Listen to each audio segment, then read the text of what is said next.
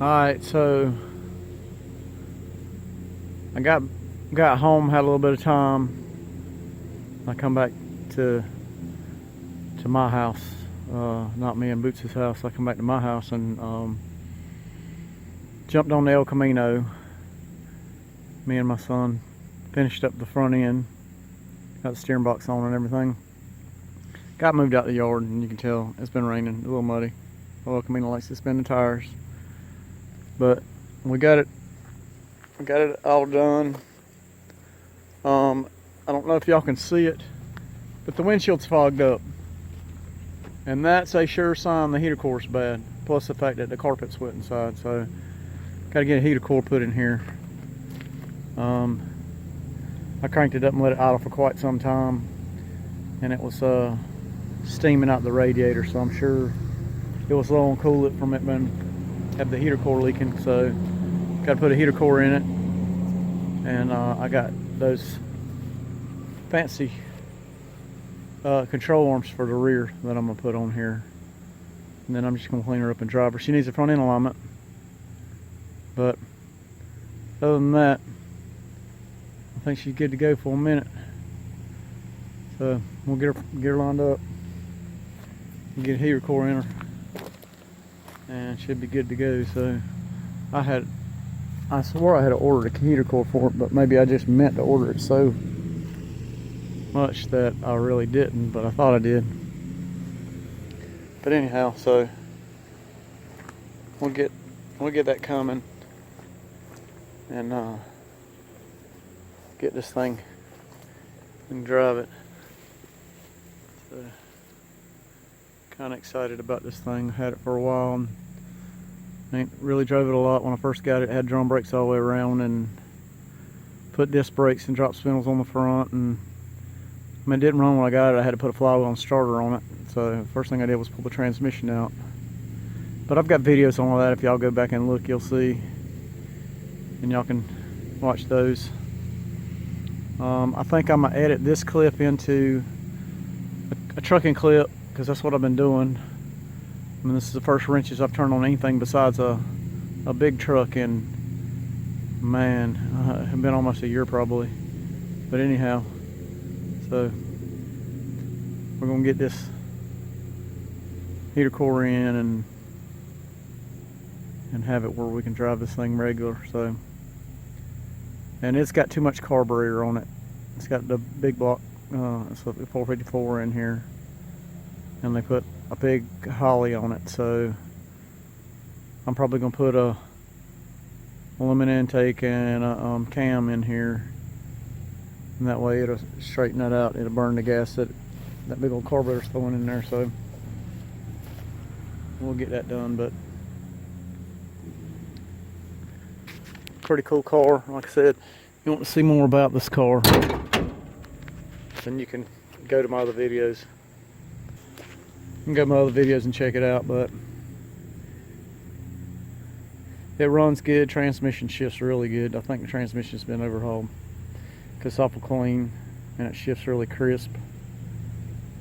So I think we're going to detail it under the hood, and like I said, put cam aluminum intake on it and drive it. So y'all stay tuned, and we'll show you some more as we get some more on it. But that's what we got right now.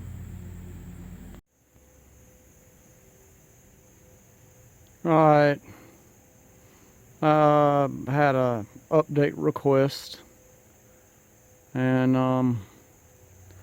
I've been hitting video clips here past month or so, just little short clips, meaning to piece them together, and just never have gotten around to it. But anyway, here we go. Been working really hard, 6 days a week running the truck, so I hadn't had time to do anything but maintenance on the truck. Not real exciting video to watch do an oil change or grease 100 grease fittings or any of that maintenance stuff that I do on a big truck. But we jumped on this El Camino. My son come up here and helped me, We got the steering box on, all the steering linkage on. I carried it, got it lined up. Took it to Jonathan's Cruise In, had a good time. Got y'all, if y'all watching, y'all seen the video of that. I took and washed it after the cruise in, which I should have washed it before the cruise in, but I didn't get around to it. And I cleaned it with some phosphoric acid. Got most of the surface rust off. This was clean, but it just came back. So, but it needs cleaning up and priming. But a lot of the surface rust that was on here before is gone. That phosphoric acid, some wonderful stuff.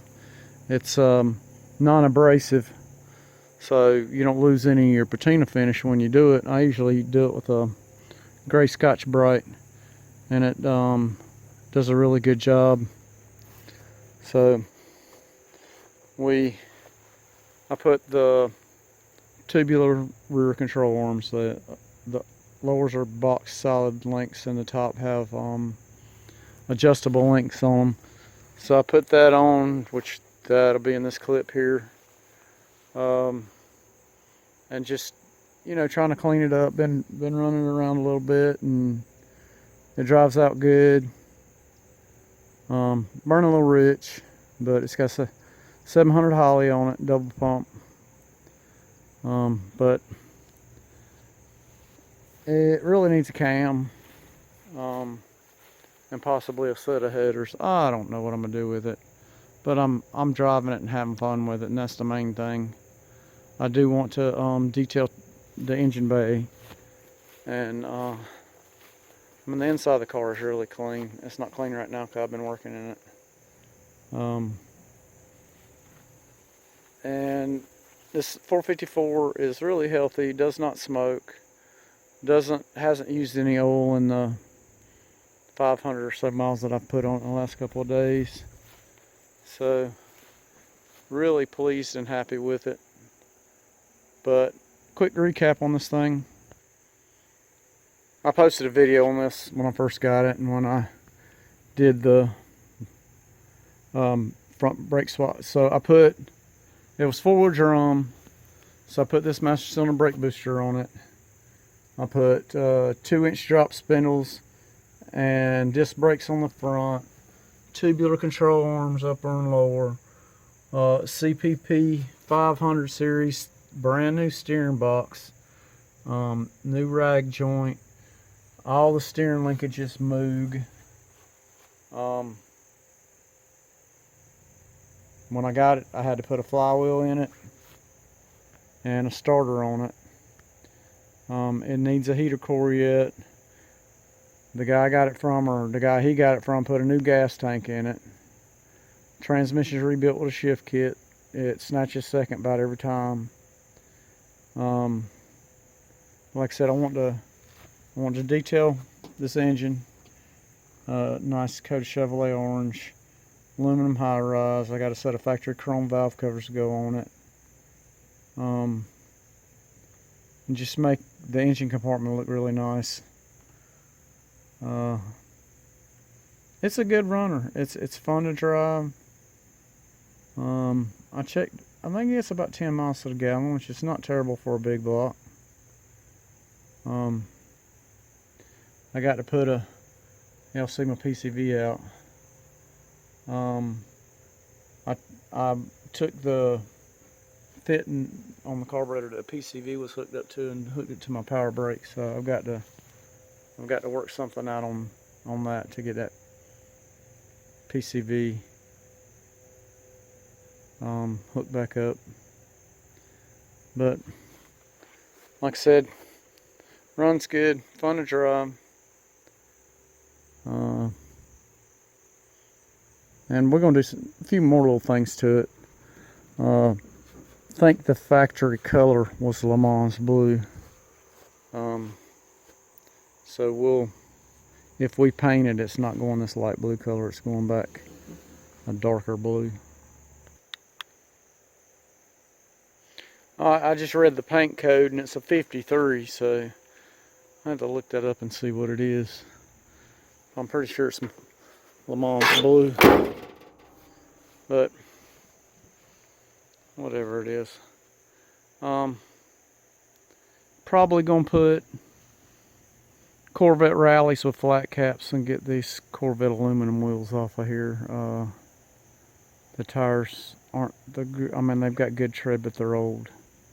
So, like I said, probably Corvette rallies with flat caps and the same size tire, because I think it fits the truck pretty nice.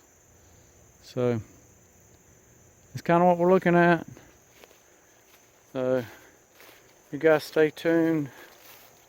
I'll have this video up, and then just a compilation video of just little clips of stuff that's been going on. So y'all stay tuned, and we'll show you some cool stuff if we can get some videos made. Like I said, just been working hard and trying to make things happen. So just as soon as we can make some more videos, we'll have it going on for you. So I went and looked at 53 up, the paint code, and it is a glacier blue, which is lighter than Le Mans blue, but darker than this right here. And if you look, you can see there's some of it right there. So there's some right there. So it's glacier blue was the factory color.